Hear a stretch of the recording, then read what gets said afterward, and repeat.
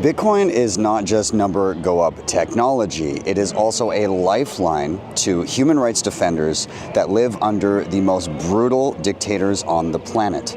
Today I'm in Oslo, Norway for the Oslo Freedom Forum put on by the Human Rights Foundation. I'm going to be talking to some of the builders and some of the dissidents that have been working to use Bitcoin and other freedom technologies to help those around the world in the most dire of situations. I'm Ben with the BTC Sessions. This is your daily session.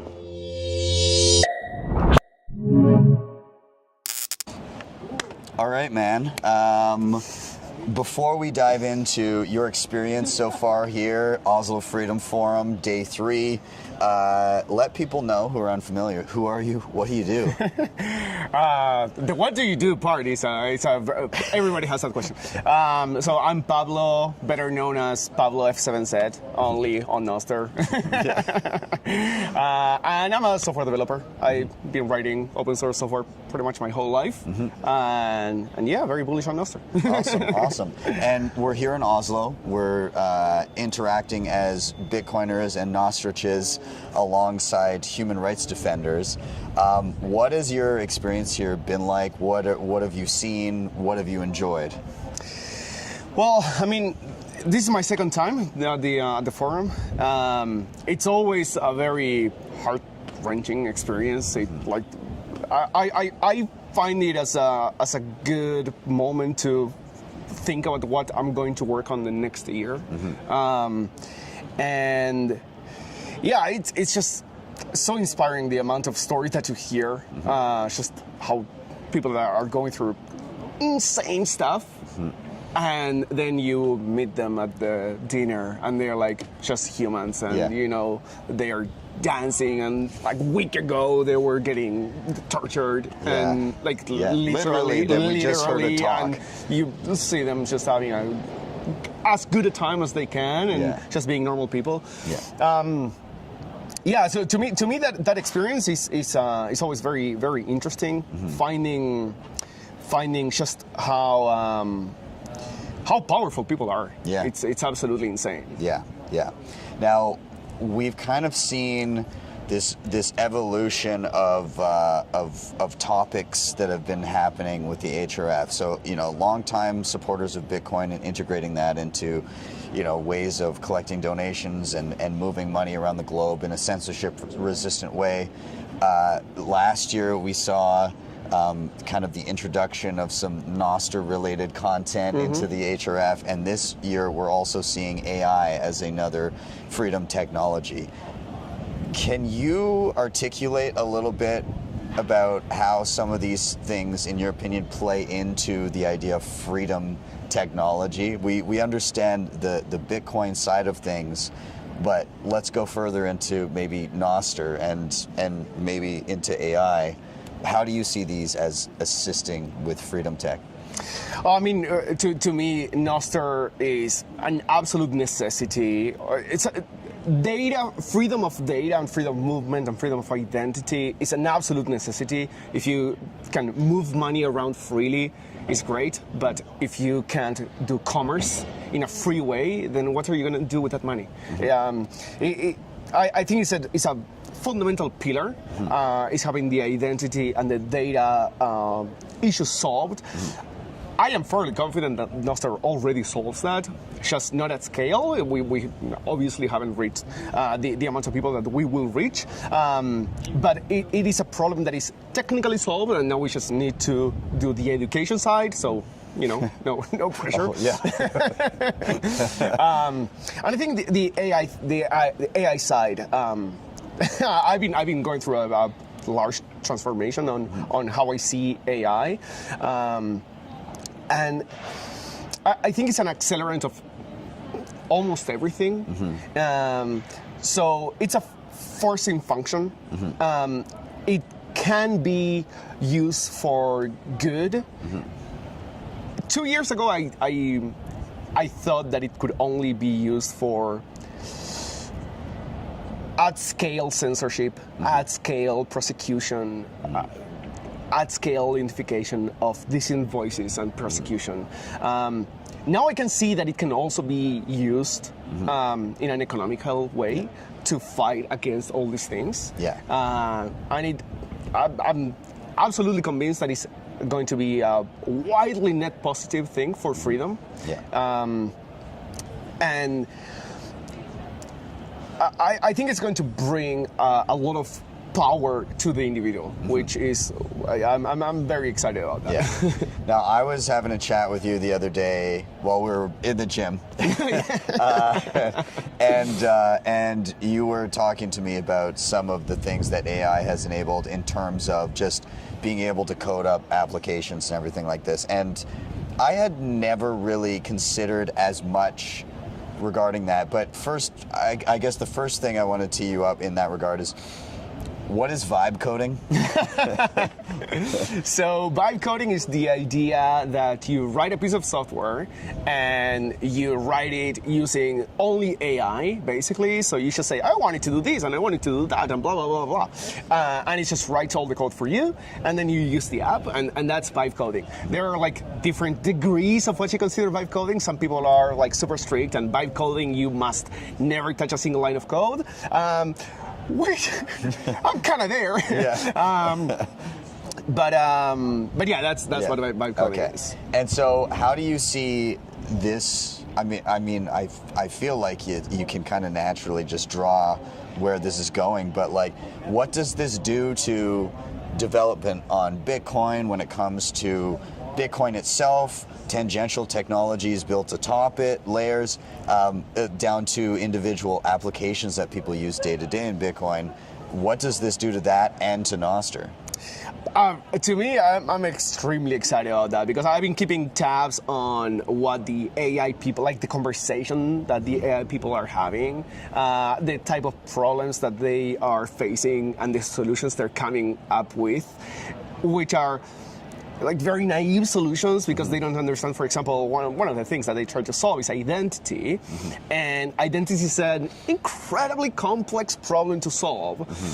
You know how like when they invented HTTP, they say, oh, we'll probably have to use payments at some point, so they put like the 402 status code for payment required, without thinking, how do we actually do the thing? Yeah. That's why the 402 payment status was never implemented on anything, because you need an entire Bitcoin to be developed in order to do that one thing that you thought, that would be cool. Yeah. So in terms of Bitcoin development itself, like development of Bitcoin Core, I'm wouldn't be too confident on like vibe coding that. We might want to be careful there. Please don't. No, especially because the way LLMs work is they are really good at redoing what they have already seen. Yes. So they are really good at doing something that already kinda exists. Yeah. They are really bad at doing something new. Yes. And you can still do it. You kind of just have to lead them in that direction, and you have to like teach them. So, for example, when I try to do vibe coding of Nostr apps, by default they do all the wrong things. Like they build a backend, they put an API, like they put the private key on the server, like all the wrong things. So you have to teach them, how do you think about building a Nostr app? You know, like not from a code perspective, from an architectural perspective. But I think vibe coding and just development in general are going to be insanely good for Bitcoin and Nostr, because you can pretty much build whatever the hell you want without having to depend on the backend part being built, and without the deployment and all these things that make things quite complicated. Nostr gives you a lot of things for free. So I was able to, I built a system for like a development system that I called 10x. I was telling you about it the other day, where I basically communicate via Nostr with my agents, and I have a lot of agents running all the time, and I send them Nostr messages, and then they kind of reply back basically with the work that they're doing, and I kind of can tell them, no, this thing that you did was wrong, right? And I can do that in a very simple way, really, because I'm leveraging Nostr. Yeah. Right? Yeah. I also gave my agents NIP60 and NUNCHUK wallets, Yeah. so they have their own money, and they can go in and buy API credits, they can buy tool calls, they can buy whatever they deem necessary. Yeah. I can only do that because I don't have to give them my Stripe keys. I don't have to Yes. give them access to my bank account. Yeah. I give them like, okay, here's 2,000 sats. Yeah. You know, if they make a mistake and send or whatever, it's Yeah. 2,000 sats. You know, and that is a really hard thing to solve. But because I have Cashew and I have Bitcoin, Yeah. I can just reach for that tool and put it there. That if the AI people that think Bitcoin is boiling the oceans, they don't have that tool. Like Yeah. they cannot do that. Yeah.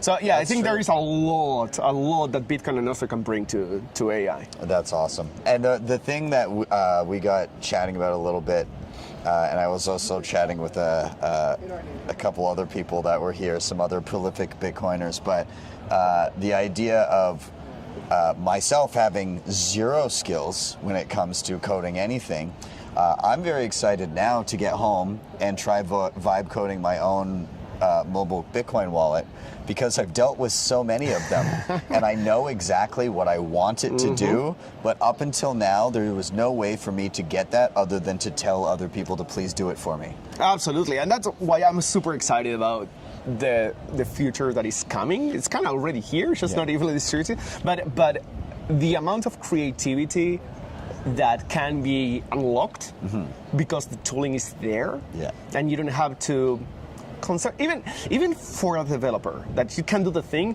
you can't do the thing at scale, right? So if I want to create a new Bitcoin wallet with like a crazy design, as a developer, I must invest at least like a week, maybe 2 weeks on building the thing. So I'm not gonna try 20 different crazy ideas, you know, because I don't have endless time.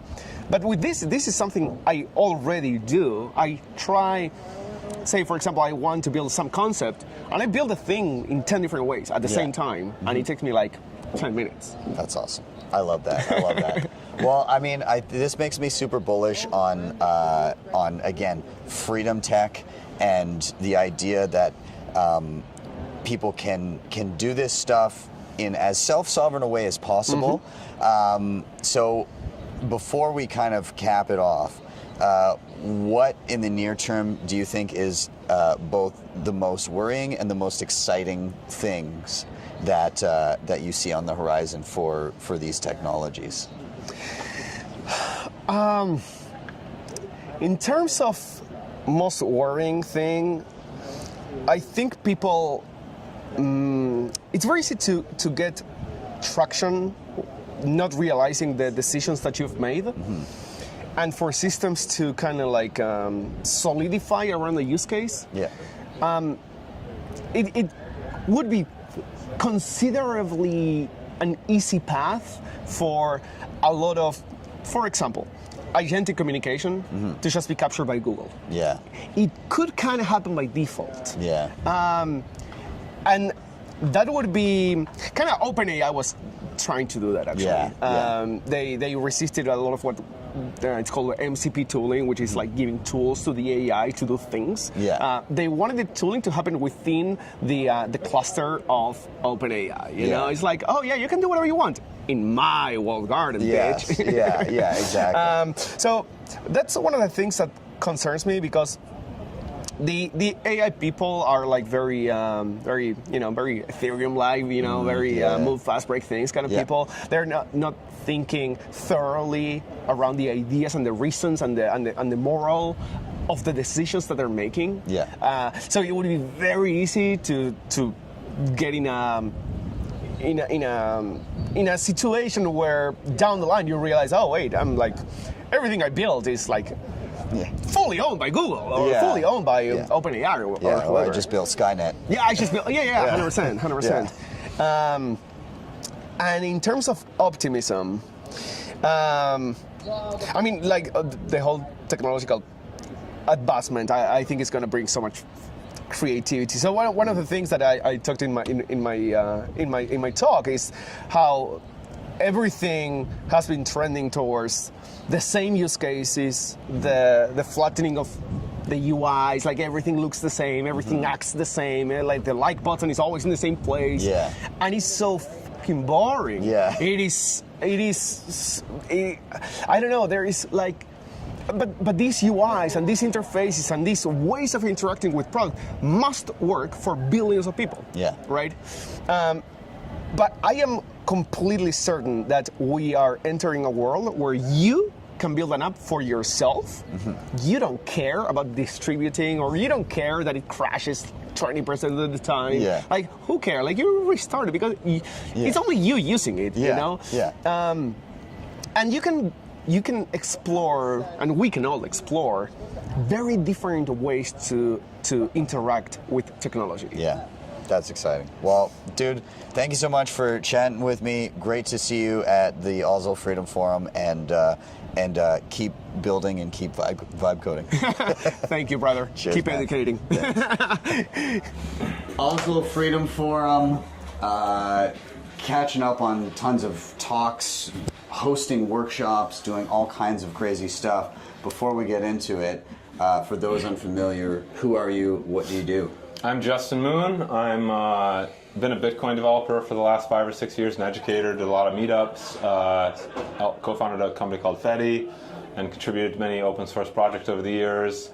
I taught a Bitcoin programming class long ago, and now I've been helping HRF for the last couple months build a AI for individual rights program with basically two goals. One is to share with the world some of the disturbing things that authoritarian regimes are doing, because that's one of HRF's big, unique. That's their niche in the philanthropy space, right? They were saying like 1% of all nonprofits focus on kind of democracy, and only 1% of those really focus on the opposite, the authoritarian regimes, right? And so we want to bring that focus to AI because nobody else talks about it, and there's a lot of alarming things happening. And two is to build more free, or, try to push the ecosystem to more free and open, in a more free and open direction, right? Like more open models, more open source agents, more tools that are tailored for activist workflows and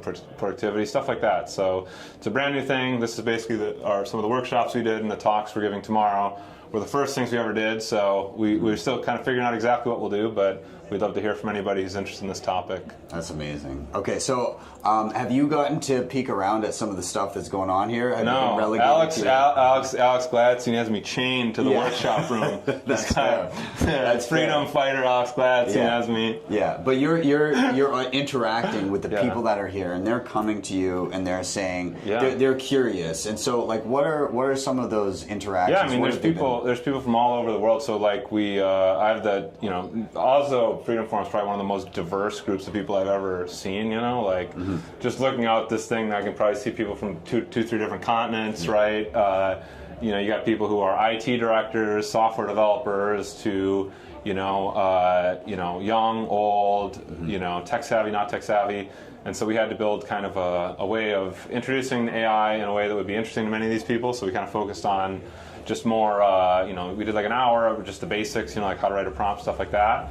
And then the latter half, we were trying to do it, kind of hands-on. We had a bunch of examples loaded up, and we just kind of followed people's interests, right? And so we talked to people who were dealing with, doing medicine in the ground, right? Like trying to use AI to in that direction. People who had some really damning evidence of, governments in a very big country, and they want to be able to investigate this evidence they have using AI in a private way, right? Someone's just writing a grant, and they want to stop spending so much damn time typing, right? So yes, everyone kind of has a different interest, and we're mostly listening and hearing what their problems are and trying to figure out kind of what solutions might look like in the future. And I think you briefly mentioned that there were trying to shine a light on not just how AI can benefit, but also in and around using AI in a way that is free and open. Do you want to maybe touch on that a little bit? Yeah, I mean, so I'll just go off the top of my head. Not this isn't just something that an interesting thing that just popped up. So someone in one of our workshops was complaining that I don't remember what country. I won't even say what country they were from. They were like, hey, the rulers of our country got very good at spewing out propaganda in an automated way. They kind of use AI to spew out a bunch of kind of news stories and stuff, and then AI or like OpenAI, ChatGPT, some of these mainstream AIs, will go crawl the internet to get training data. That's where all the data comes from, right? And so they'll ingest all these propaganda articles on the topic that this woman's advocacy is dedicated to, and when you ask it about her topic, that's what the answers it will give are the government propaganda, because they're very good at spitting out some of this propaganda. So, that's an example of like, it would be very interesting if we could get OpenAI, if some of the bigger players were more open about what data set they were using. Like, what's in the data set? Yeah. Tell us what went into your training pipeline. Nobody knows on any of these models. Nobody ever, the data is kind of, one of the AI pioneers said data is the fossil fuel of AI, right? Yeah. And so they're all very defensive. But it would be great if we could kind of get a little more of that, where they'd be a little more open about that, and this could help us address, when an LM just spits out, authoritarian propaganda versus, a balanced take that considers multiple perspectives. Yeah. Now, the other question that I wanted to kind of quickly touch on, obviously, both you and I have been in the Bitcoin space for a while. Now there's a lot in and around AI that... Oh, I thought you were going to say off return there, so God's getting nervous. Yeah, let's not go there. Where's the door? Yeah, it's the most controversial thing here at the event. But I'm just curious because...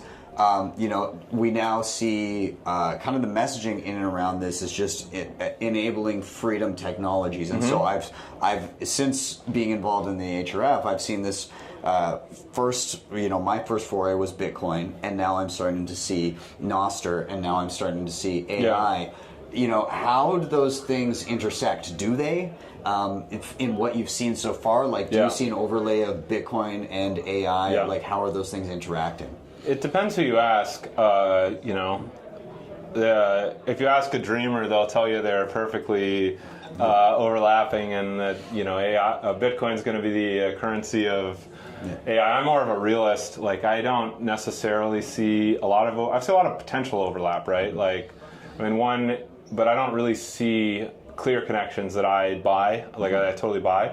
But here's one example, right? Like, fiat money is credit based, right? It's a credit system, right? And any credit system, you at some level you always have the risk of someone going over their balance and owing you money. And so if that's always a threat, you need their identity so you can go knock down their door and take the money back if they spend more than they should have, right? So that's why the fiat system is all identity based. You can't have a Stripe account without doxing yourself, right? And so an agent doesn't have an identity. An AI agent is not a person. It cannot KYC. An AI agent cannot actually own dollars. You can delegate your bank account, your Stripe account to an agent, but an agent itself actually can't be an autonomous agent and deal with money in the fiat system.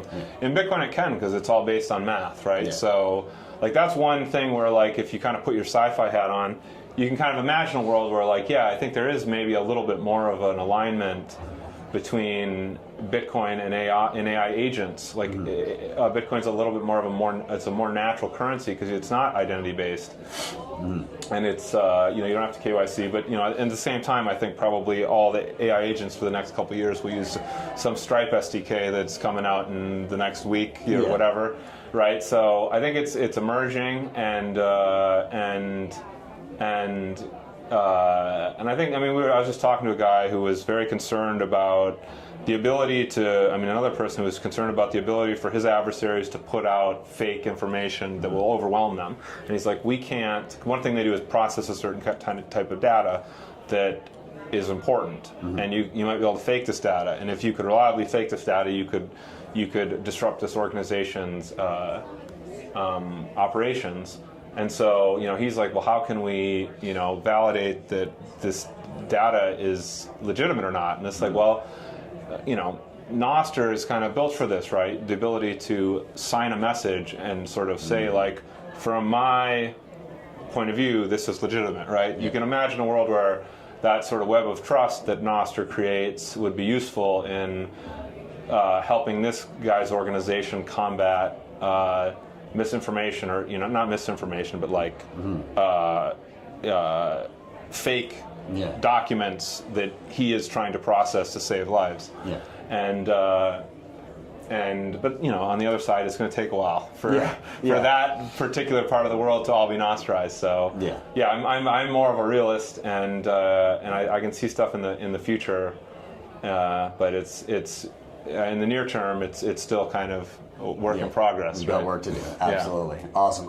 Where can people find what you're currently up to? Like, is there a place that HRF is they've got? Yeah. So search HRF AI for individual rights, and it'll go to a web page. And if you go to the bottom, put in your email and subscribe to our newsletter. That's probably the best way to find what the AI for Individual Rights program is up to. We'll send newsletters once a week, and then probably soon it'll be twice a week, and then pretty soon you'll be reading about nothing but exactly, and it'll all be written by your No.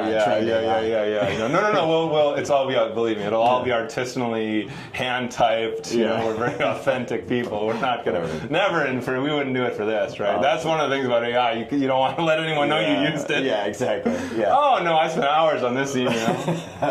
Awesome. Well, Justin, thank you for sitting down with me. I just want to say it's just great to be up close to a real YouTuber, because I've never. It was really amazing to see you set up in this booth you built all by yourself. The first day or two, he was just constructing this booth. I mean, it's really impressive the work you guys do. It's proof of work, absolutely, with my bare hands. It's not easy. Many have tried and most fail. Yeah, I welded this. Yeah, I know. Bring it all the way from Canada or whatever. I did. That's commitment. Well, dude, thank you very much. Check in the show notes down below for more resources to check out, but appreciate it. Yeah, awesome. Bitcoin Well is the best place to be buying and selling Bitcoin in Canada and the US. And now with Bitcoin Well Infinite, it's also the best place to be making large buys at their OTC desk of over $50,000. Their white glove service gives you fast transactions, no slippage, and the lowest fees. You can scan the QR code on the screen or simply head to bitcoinwell.com/BTCsessions to sign up today. And you can share your own personalized referral link to earn commissions. CoinKite has been in the game for years, creating hands down the best and most secure hardware when it comes to securing your Bitcoin. The Cold Card Q is an absolute powerhouse and my daily driver, and it's ideal for newcomers and advanced users alike. The Tap Signer gives you a low-cost, user-friendly option for those just getting started or for convenience when traveling. You can head to coinkite.com and use code BTCSessions for discounts, or simply scan the QR code on the screen to get started right away. All right, we are at day 3, Oslo Freedom Forum. This is the interactive day. We get to see a whole bunch of stuff, Freedom Tech, and we've been ingesting content and doing all kinds of stuff. Before we dive into that, though, let people know, who are you? What do you do? Yeah, my name is Keith Mukai. I'm the lead developer of an open source project called Seed Signer. Awesome. I'm a fan. Love it. You may have seen I'm a fan. I'm a fan of your work to help explain Seed Signer to the masses. Awesome. And before we chat Freedom Tech, why Seed Signer and how does Seed Signer fit into Freedom Tech? Yeah, so Seed Signer is a Bitcoin signing device that you can build from off-the-shelf parts that are globally available. Yeah. And so we've gotten messages from people from different parts of the world where they've said, either we can't take delivery of a Bitcoin hardware wallet, it just won't make it to us, or if it does, local police will open the package. They'll know that you're dealing with Bitcoin or cryptocurrency, and then they'll start extorting you for money because they'll assume that you're rich. Right. But so with Seed Signer, because it's all off-the-shelf generic computer parts, Nothing about it has anything to do with Bitcoin, and you can order them from different distributors around the world. It's only really 3 components that are easy to source. Costs about $50, depending on where in the world you are and what crazy shipping rates they're going to charge you. And then you download our open source code. You verify your download, as you've taught your viewers. You pop in the SD card, and now you can create new Bitcoin seeds. You can create new Bitcoin wallets. You can receive Bitcoin. You can spend your Bitcoin, and you can do it safely. That's awesome. That's awesome. So, with that said, again, we're here at the Oslo Freedom Forum, and we've seen a lot of interesting stuff the past couple of days. Is there anything in particular that you've seen, that you've come away with from the experience, that was a highlight for you, or something that was really impactful that you've seen or witnessed? I mean, it's a hell of a week. Yeah. I think just overall, like, I'm a programmer. I sit at home in the Chicago suburbs at my breakfast table with my laptop, and I'm coding away, enjoying life.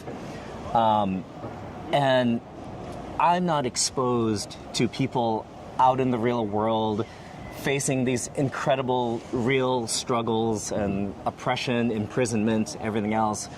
And the touch points where I get to meet somebody from a country I've never been to, I've maybe never even heard of, to be honest. I'm an ignorant American, who they're aware of the Seed Signer project, or they've used it, or they tell us, like, oh, we run classes, right? We help people build them. And it's like, holy cow, like, me sitting in the Chicago suburbs has reached out into the world, and it's available for anyone out there to learn about and try to take advantage of. It's just very, it just recenters, like, why are we doing this? Why does it matter? The power of open source. How does it feel to see a clearly non-Bitcoin conference, an event, now have Bitcoin so deeply intertwined into the lives of people on the other side of the globe, around the globe, that are doing such important work and that have been through such difficult situations, realizing that this is a tool for freedom? Yeah, I mean, it's so different from the usual, like, orange pilling conversation where you're trying to convince family and friends. And they have just so much skepticism, and they're like, oh, isn't it a scam? Isn't it for, like, doing illegal things? But having an organization like the HRF, having the Oslo Freedom Forum as kind of vouching for the technology, saying there is something here, there's something worth learning about. It is empowering. It can help you. The activists still have a long way to go to understand it, but that breaks down that hesitation barrier. Like, people they trust, they believe in, are telling them this is worth your time. This can be part of your organization. And then it's great. Then they meet me and, like, oh, you're a Bitcoin guy. I have questions. I'm like, yes, I have answers.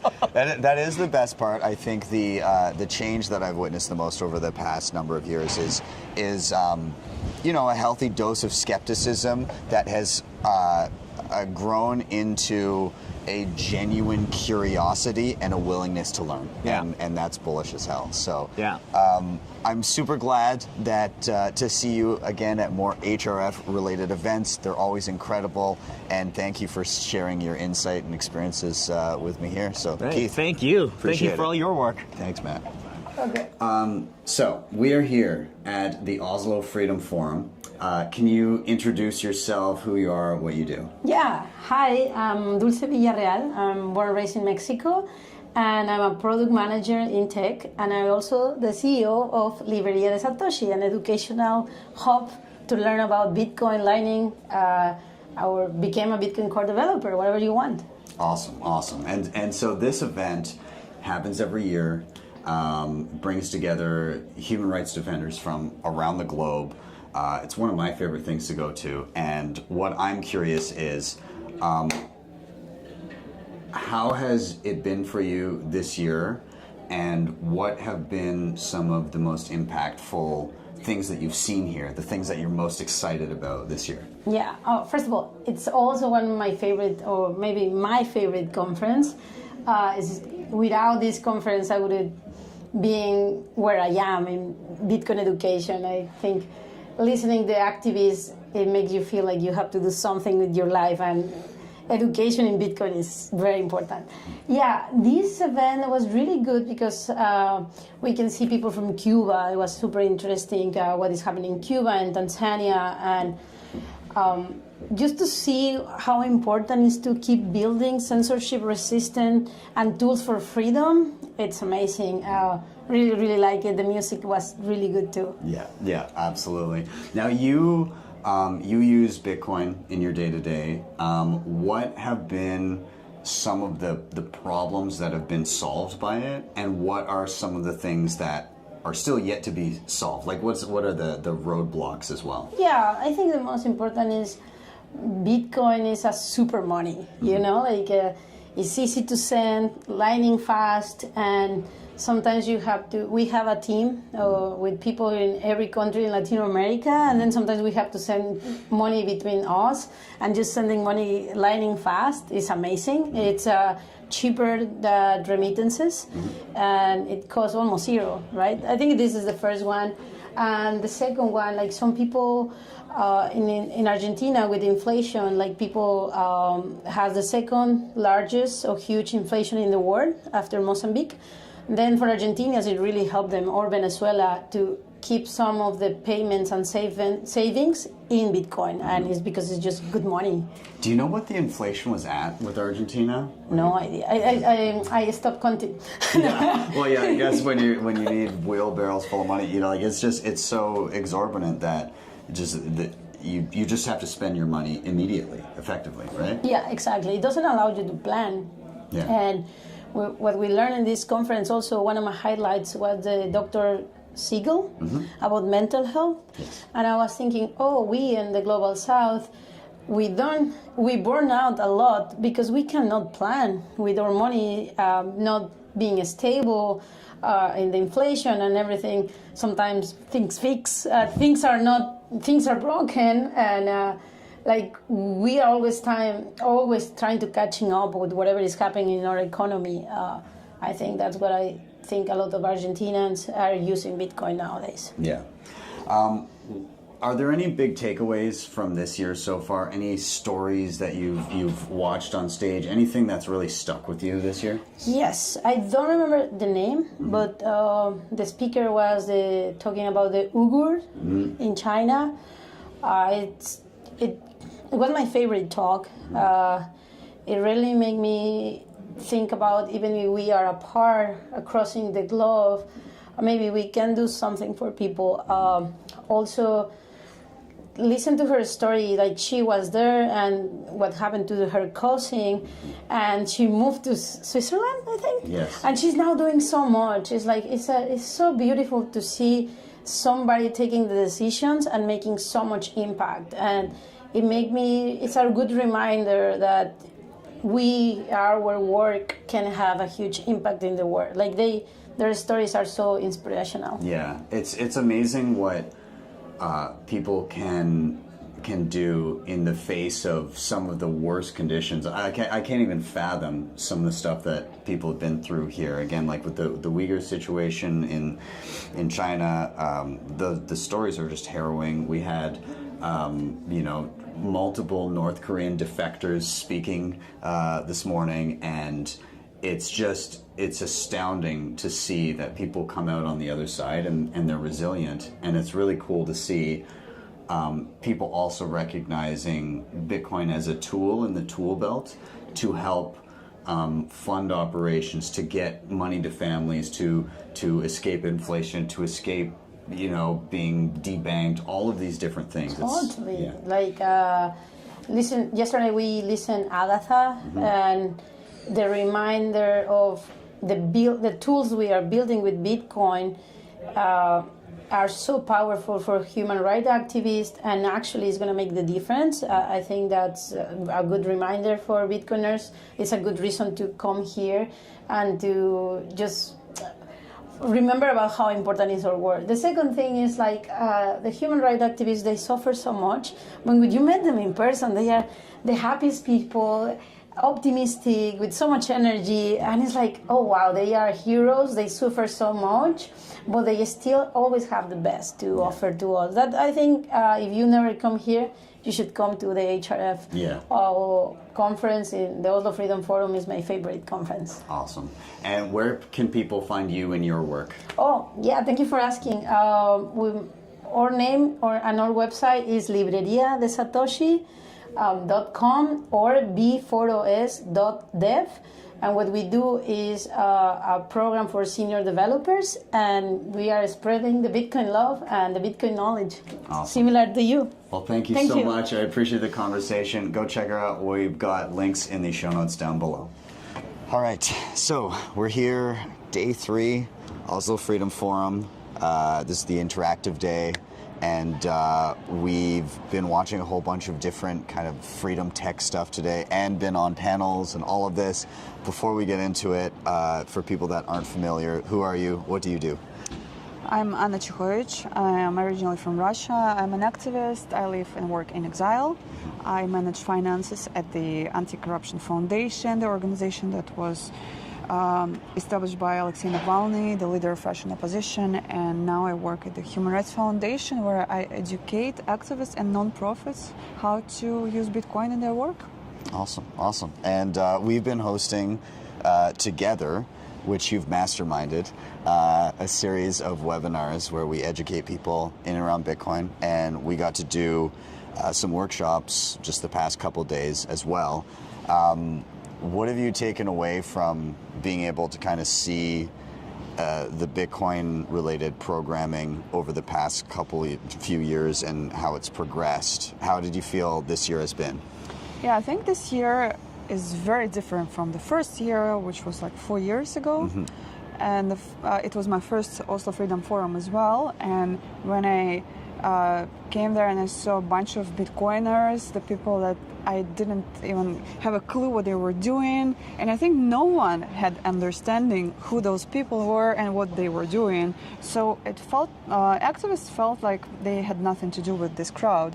But what we see now is that Bitcoin workshops, Bitcoin talks, freedom tech talks are one of the most popular and most crowded rooms at the Freedom Forum. So everyone now understands the significance of these technologies for freedom fighters.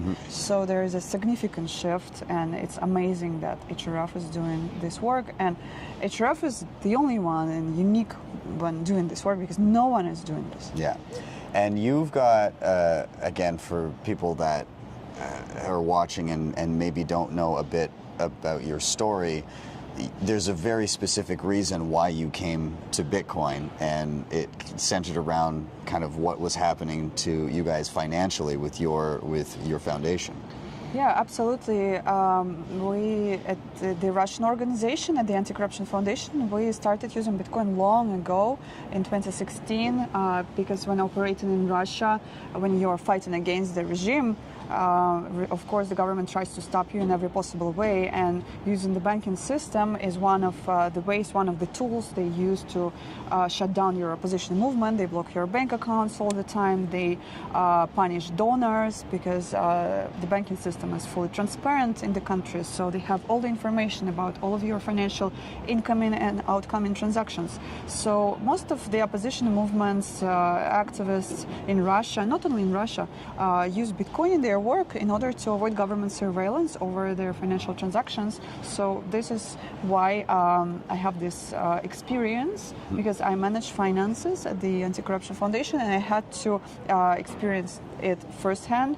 I was the one to witness when our bank accounts were frozen, when my colleagues' bank accounts were frozen. I have no bank account in Russia because everything was arrested, so I couldn't even receive my salary.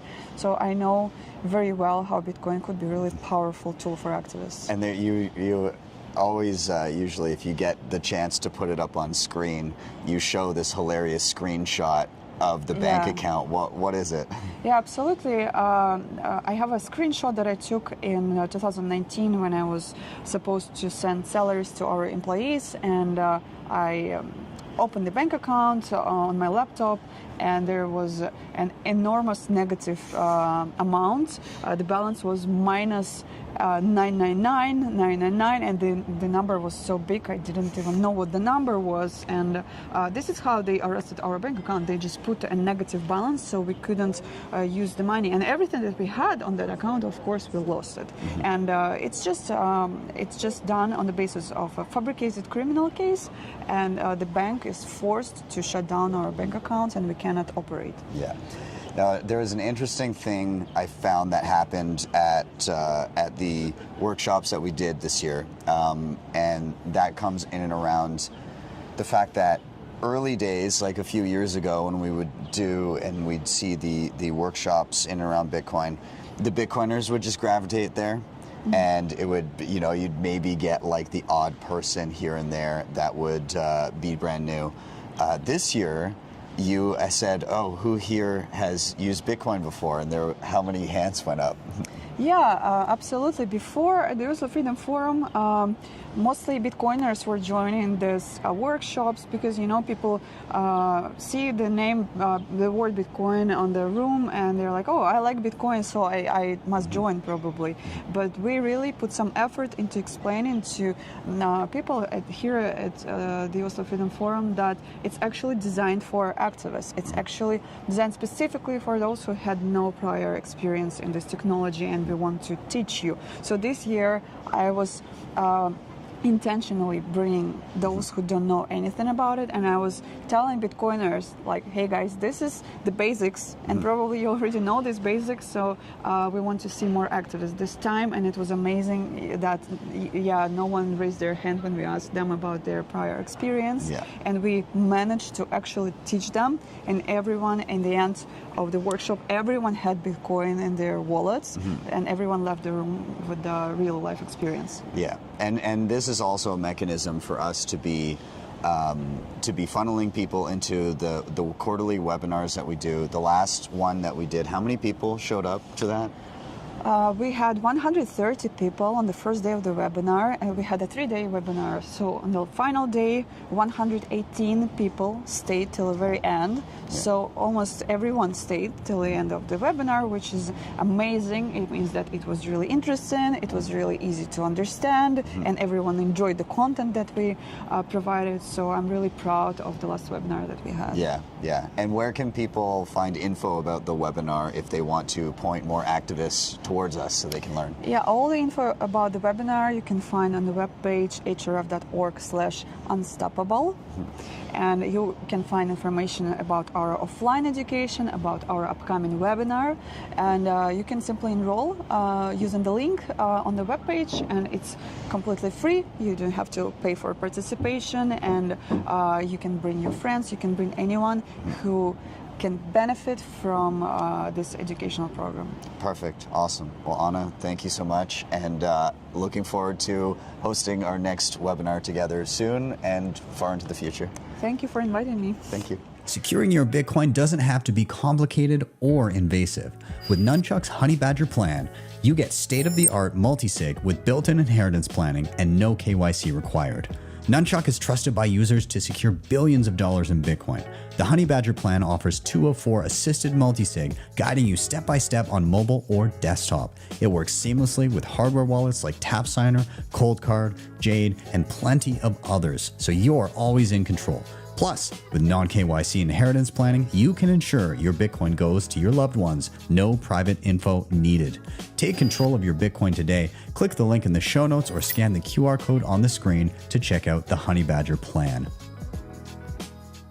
Looking for a simple and secure way to manage your Bitcoin on mobile? AQUA Wallet has you covered. It's user-friendly and puts you in full control of your Bitcoin with secure self-custody. AQUA also supports Lightning and Liquid Network, making fast, cheap Bitcoin payments and asset transfers easier than ever. Plus, it even supports stablecoins, giving you ultimate flexibility. Built on open source code, AQUA is transparent, trustworthy, and perfect for beginner and pros alike. Ready to upgrade your Bitcoin experience? Click the link in the show notes or scan the QR code on the screen now to download AQUA Wallet today. DEBIFI is the best and easiest way to borrow against your Bitcoin in a non-custodial way. Funds are held in a multisig escrow where you hold a key, and the platform allows for excellent hardware like the Cold Card Mark IV and the Q. You have access to flexible conditions, the best rates, and institutional-grade liquidity. If you're looking to make use of your capital, don't sell your Bitcoin, borrow against it. You can head over to DEBIFI.com to check them out, or simply scan the QR code on the screen. All right, we're here. Oslo Freedom Forum. Amazing stuff going on. But before we get into it, let people know, who are you? What do you do? Hey guys, I'm Neo Anders.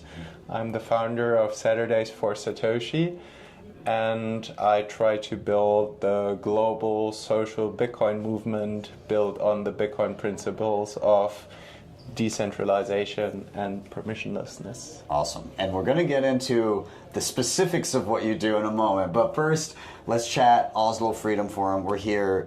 Events always amazing. Very unique set of people here coalescing with Bitcoiners. What have you seen here in your experience so far that has had the most impact on you, that you found to be the most interesting so far? So at the forum, it's just, I like the vibe of these two set of communities kind of mingling, kind of trying to figure each other out. You have the Bitcoiners standing usually in groups and the other people, and you have like some people that are trying to build bridges, and I think this is where the true power is, and I think that's where we all can be grateful to HRF because they're huge bridge builders, and this is what excites me about this conference. And now, have you taken in many of the talks so far? Like we've had people like North Korean defectors, we've had people that have survived genocides, we've had people that have been through incredible hardships, and these same people are also getting multiple touch points with Bitcoin, and while skeptical at first, are actually all gradually kind of becoming, kind of realizing in real time that this is a very real, useful tool in their day-to-day experiences and in funding their operations. What's been your take and your general feel on this juxtaposition of human rights defenders and Bitcoiners coming together and it being a useful tool outside of a Bitcoin conference? So the theme of the conference is Imagine, right? And I've watched some of the talks, and I was like, this is what has happened. We all kind of are aware of what's happening around the world because we hear the horror stories of authoritarian regimes all over the place. And I sometimes felt that we would need a bit more of this imaginary Bitcoin vibe that drives us to put the world in a more beautiful place in the future on stage. But we had this off stage. Like I had these conversations with everyone here outside these big talks, and I think that's the work we're doing here, and I'm looking forward to continuing that. Yeah, you're gonna have to come back and again see the difference from this year to the next, especially with people that you've interacted with as they continue down their rabbit hole journey. It's really cool to witness. Now, I also want to ask you about the specifics of what you've been doing and building, because you told me it's kind of a fun thing that maybe people watching can also partake in themselves. So tell us more about Sundays for Satoshi. Saturdays for Satoshi, of course. Yeah. So sad. Yeah, it makes sense. Makes sense. You would think I'd piece that together. Yeah. So if you view this I just want you to imagine a world in which everybody who understood the value of Bitcoin was channeling Satoshi's spirit every Saturday for at least one block, up to 21 blocks, and paying forward this vision, because Satoshi selflessly gave us Bitcoin, so we as Bitcoiners who are profiting from his idea in gaining sovereignty, we should, or I personally felt obliged to pay this vibe forward by selflessly sharing this idea with my fellow citizens. How do I do that? I get a pen and a sign, and I'll just draw whatever Bitcoin message comes to my mind and sit or stand in front of my local bank. And there are banks everywhere. So when you're a Bitcoiner and you want to participate and make a big smile on my face, go and sit or stand in front of your local bank on Saturdays. Awesome. What's the hashtag that people put up if they're sharing it? Is there one? Hashtag Saturdays for Satoshi. Perfect. So you heard it here.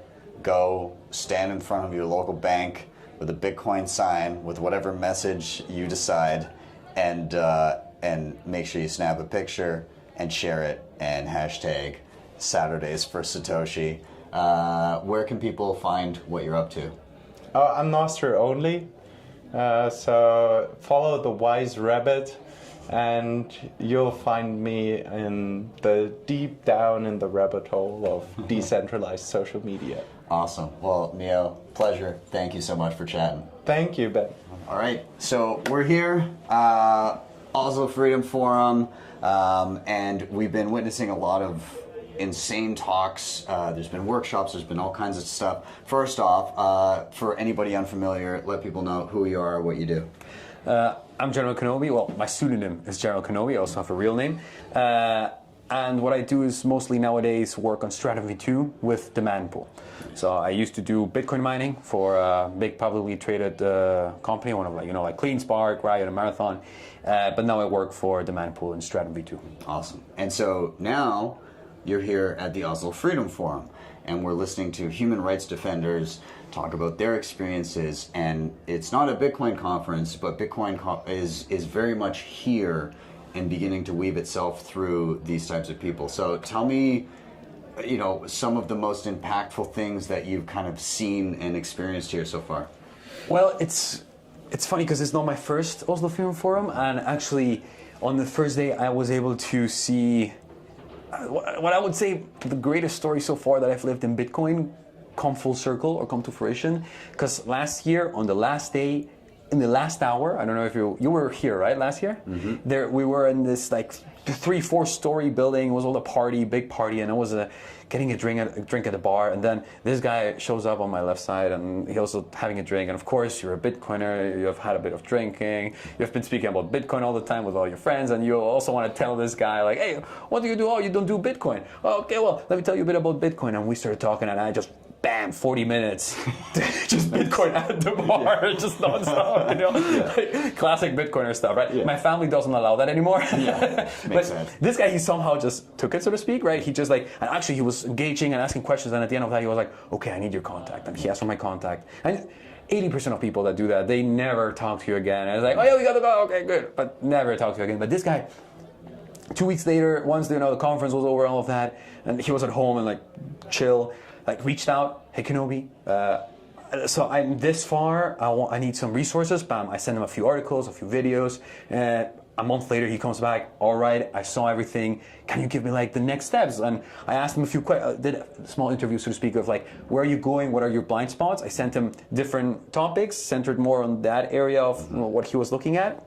And then he reached out 3 months later, 2 months later, and he was like, okay, send me a few more things. And then I never heard of him again, kind of. Until recently, where he just sent me a quick message of when Bitcoin reached to 100K, hey, Kenobi, thanks. And I was like, all good, man. That's what I'm here for.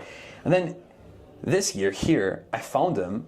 And when, not that I found him, he actually found me. Yeah. I was just talking around here in the main hallway, and he came oh, Kenobi, here. He hugged me, and he was like, I need to thank you. I need to thank you because for the past year, with my work with human rights, and like he's working in a similar organization as HRF, but instead of being bottom up, it's top down. So with like government officials and whatnot, he started to apply this, and he's also started to like orange pill all of his family and friends and his kid. He showed me the videos, like the chat with his kid, where his kid was telling his dad how many sats he had and at what price in krona he had bought them at all, or what. It was like, wow. And he was telling me how he gets it fully, and like he was full in, and he was like, I know that in the future, like in the next year, I'm gonna actually like start applying this with like my own network of human rights activists. Yeah. And I was like, whoa, that's crazy. Like me doing what my family hates, just talking for 40 minutes about Bitcoin, is now gonna potentially like impact a couple dozen actual human rights activists on the ground doing stuff, and they could actually benefit. It's like, I was like, wow. So I think that was like the most impactful story that I experienced. It's crazy seeing over time, as people at this event in particular have multiple touch points, their progression, because it's an initial, there's an initial skepticism, followed by an initial kind of like investigatory phase, and still trying to, but mainly still trying to point out the flaws, like this is why it can't work. But then you get to these points where people have that inflection point, and then they just, as all of us have done, dive head first, and stories like that. Awesome. So just in terms of if people are trying to find stuff that you're up to, what you're doing, where can we point them? Well, I would say demand pool, DMND, or demand_pool in Twitter. Nostr, we should do it a bit more, let's put it that way. Anyway, it's an effort. And that's kind of it. Demand pool, or otherwise general Kenobi, but like my Twitter account got suspended. It's that whole thing. Like if you want to find me, Barcelona Bitcoin only. The meetups in Barcelona, I run them, or I help run them with a few other peeps. So if you drop by Barcelona, go to the Telegram group, drop in a message, and we'll try to do something. Perfect. Awesome. Check them out. Links are down below. Kenobi, great to see you. Thanks, Ben. Cheers. I'll see you. If you enjoyed the chats today, please do, of course, leave a like on the video and share this with other people that you know. And if you would like to point other human rights defenders towards us and our Bitcoin workshops online, then you can send them to hrf.org/unstoppable. With that, I'm out. Keep stacking sats, but keep stacking skills. I'm Ben with the BTC Sessions. This was your Daily Session.